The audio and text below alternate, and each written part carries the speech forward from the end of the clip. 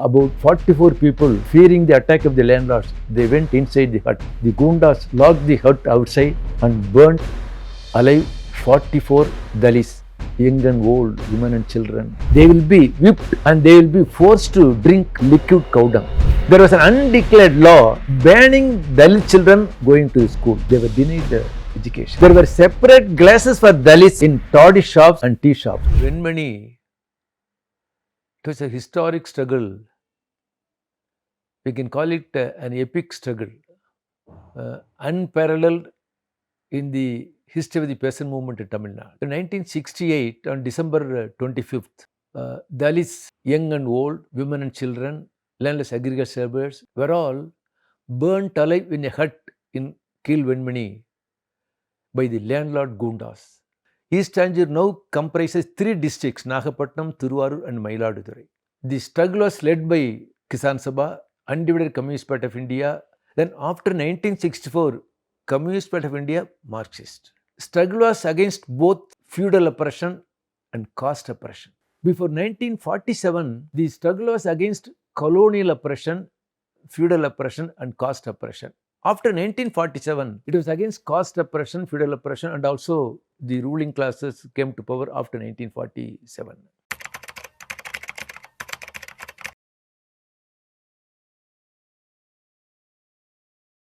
Thanjavur in general, Thanjavur District is a rice surplus district. It's called the granary of the Tamil Nadu. There, land concession is very huge, 10,000 acres, 50,000 acres, 5,000 acres, 1,000 acres. Majority of the lands are owned by landlords, temples, trusts and mutts. Almost all the lands were owned by these category of people. On the other hand, there are farm servants. Majority of the farm servants are Dalits. They are like serf, SCR of serfs. Not slaves, but serfs. These farm servants attached to particular landlords.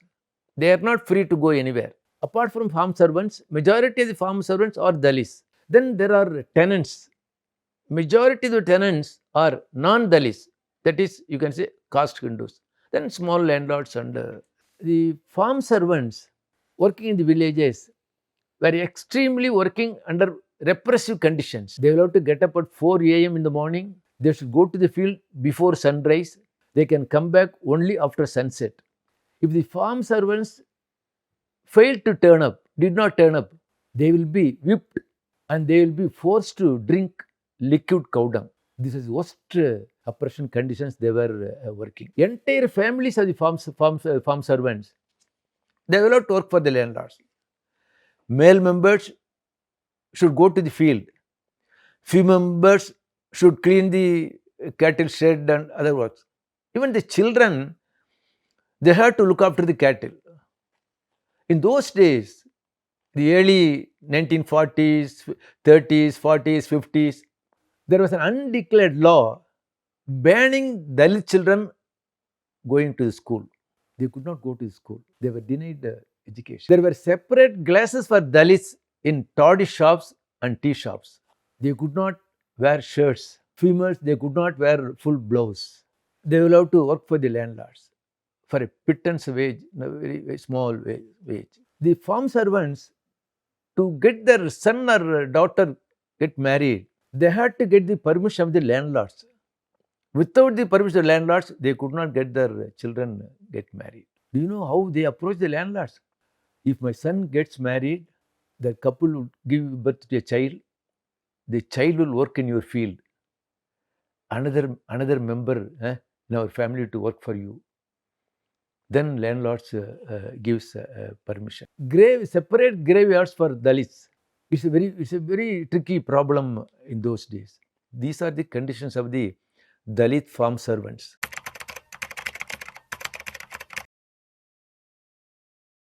In Tamil Nadu, the Kisan Sabha was also formed in Tamil Nadu. In 1936, first unit of the Communist Party was formed in Chennai. P. Ramurthy, Jivanandam, Srinivasa Rao, all these people. Then after the formation of the party state committee, Undivided Party State Committee in Tamil Nadu, the Tamil Nadu State Committee decided to send one comrade to Thanjavur to mobilize the farm servants, tenants and the peasants. One comrade B. Srinivasa Rao was sent to Thanjavur. Srinivasa Rao was born in South Kannada in Karnataka. He studied in Bangalore. At the call of Gandhiji, Gandhiji gave a call. Students, you come out of the education institutions, join the freedom movement.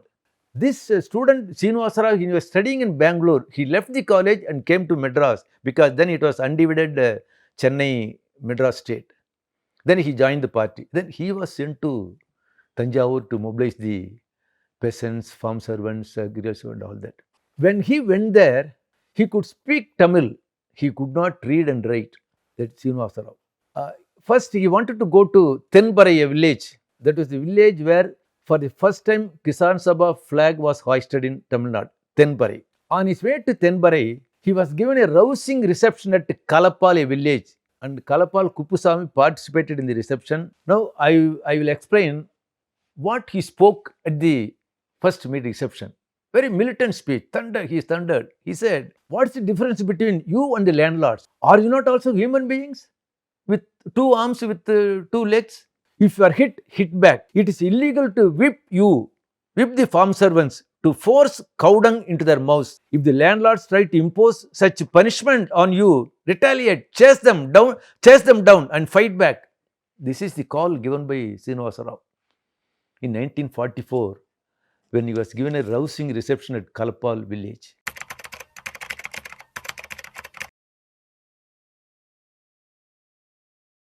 In 1944, government has convened, that is district administration has convened a tripartite meeting, that is representatives of the landlords, representatives of the Communist Party and Kisan Sabha, then SP, Superintendent of Police and Collector, tripartite meeting. It was decided landlords should no longer whip farm servants. You should not ask them to drink liquid, cow dung. So it's a historic agreement in 1944. After the great struggle against untouchability, struggle against landlords oppression, feudal oppression, caste oppression. So this happened in 1944. Kisan Sabha, they held the first conference in Mannargudi, Thanjavur. Thousands of farm tenants and farm servants attended the conference. The important aspect is tenants belonging to backward class people. Farm servants belong to Dalits. They all joined together and fought against feudal oppression, caste oppression. Only because of their unity, they could succeed. Otherwise, they couldn't have succeeded. In 1948, party was banned. Communist Party of India was banned at the All India level in Tamil Nadu also. In Thanjavur, for 4 years, starting from 1948 to 1952, 144 was declared all the areas. Malabar police was brought to Thanjavur to suppress struggle of the peasants, tenants and farm servants. This was going on.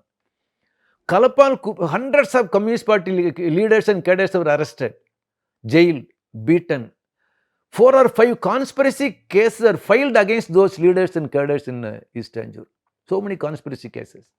All the conspiracy cases were put together and called Thanjavur conspiracy case. So, Kalapal Kuppu was arrested in East Thanjavur and kept in Trichy prison. In 1948, he was poisoned to death inside Trichy Central Prison, Kalapal Kuppu. He was the first martyr in the struggle, 1948. When Rajaji came to power, he thought, how could manage the upsurge in East Thanjavur? He enacted an ordinance. It's called Pannayal Protection Act. That ordinance, that is abolishing the serf system and asking the district administration to discuss with the tenants and come to an agreement.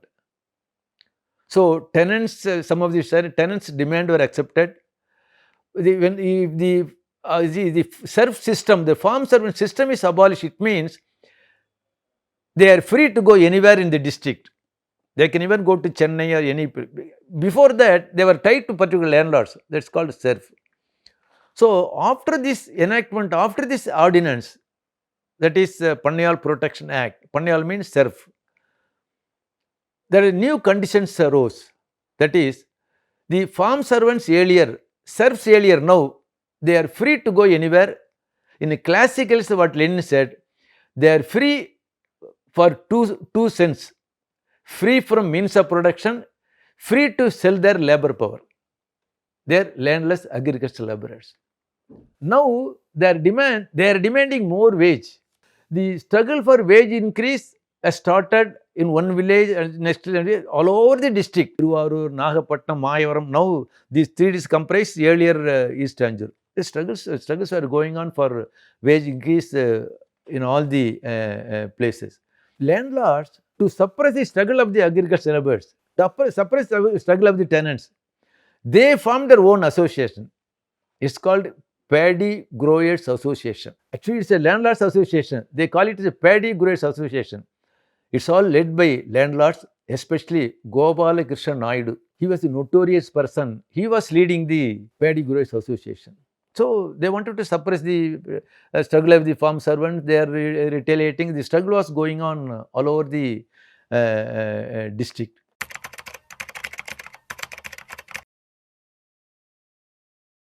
When the struggle was going on, agreements were arrived between landlords and Kisan Sabha. But landlords did not implement that agreement, but struggle went on. In 1968, on December 25th, the landlords gathered about 100 gundas under the leadership of the president of the Paddy Growers Association, Gopala Krishna Naidu. They went to the village called Venmani. They were attacking all the people there. They were burning their huts also. Finally, the landlord gundas asked our people, Dalits, agricultural laborers, party people, okay, you are demanding wage increase, half a measure of increase, paddy. We will give you more. Whatever you demand, we will agree. We will give you more than what you demand. Only one condition. You should bring down the red flag which is flying here in the village. Then the people told them, this is the flag which has been fighting for us in the past many years. Because of this flag, now we are standing erect. Untouchability is abolished comparatively. We are not to surrender to the landlords now. This is the flag, red flag, which has been fighting for us for decades. Whatever happens, we will never bring down this red flag. Then finally, the landlord gundas chased them. They all entered in a hut. It's called Ramaya Kudisai. Ramaya means the owner of the hut. About 44 people, fearing the attack of the landlords, they went inside the hut. The gundas locked the hut outside and burnt alive 44 Dalits, young and old, women and children, all Dalits agricultural laborers. This happened in 1968, December 25th. After that, our leaders, during that time, party congress was going on in Kerala. P. Ramurthy and others, they came to Venmani, met the people remaining there. Then all over the state, all over the country, protest demonstration condemning this heinous crime against the farm servants, tenants. And then after some time, we raised a monument in that particular village. Comrade Jyoti Basu, he came there to unveil the monument there. Even now, every year, every December 25th, thousands of people used to gather at Venmani and take a pledge. We will continue to fight for the liberation of the agricultural laborers, continue to fight against untouchability, continue to fight against feudal oppression, caste oppression. This is going on.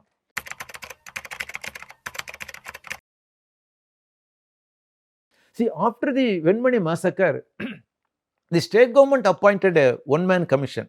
Then we on behalf of Kisan Sabha, Communist Party of India, Marxists, we gave memorandum to the commission.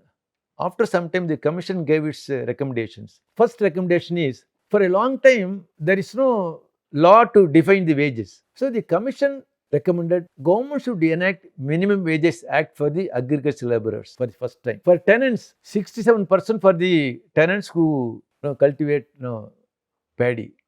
33% for the landlords. Third thing, peculiar situation in East Thanjavur was all the lands are owned by the landlords, mutts, temples. Not even the government offices are not having their own land. All the Dalits, they had to put raise some huts in the lands of the landlords, not have plots of their own. This one-man commission recommended wherever Dalits are staying, put up their huts and staying in their huts. So all those places should be assigned to them. This is one of the recommendations of the one-man commission. So because of this recommendation, around 1,80,000 families of the Dalits were given housestead patta. The place where they are staying, the place where they had the huts.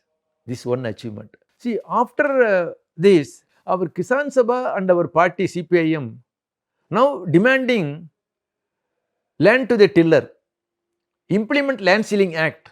Government should take over the surplus lands, distribute to the landless agricultural laborers and the tenants. In 1961, Tamil Nadu Kisan Sabha carried a picketing program demanding Land Ceiling Act, taking experience of the Kerala EMS government.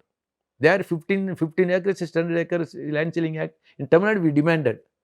In East Thanjavur alone, around 3 lakh surplus lands, 3 lakh acres of surplus lands were distributed to the landless agricultural laborers in that East Thanjavur district. All over the Tamil Nadu, still there are untouchabilities in very many forms.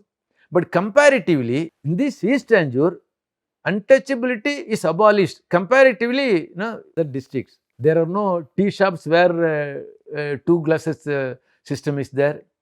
Dalits could go to the temple.